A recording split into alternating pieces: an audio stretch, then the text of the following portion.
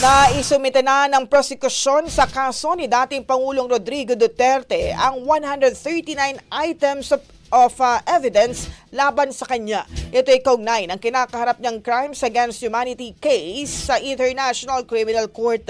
Batay sa dokumento na ipinresenta ni ICC Prosecutor Karim Khan ang naturang mga ebidensya na naka-organize for disclosure packages sa ICC Pre-Trial Chamber 1 noong April 30. Nakalabel ang mga ito na contextual elements, modes of liability, mga pagpatay sa ilalim ng pamumuno ni Duterte bilang alkalde at mga pagpatay sa ilalim ng murder barangay clearance operations nung siya naman ay naging presidente. Mababatid na nananatili pa rin ang dating Pangulo sa The Hague sa Netherlands para harapin ang mga kaso kaugnay ng kanyang war on drugs campaign.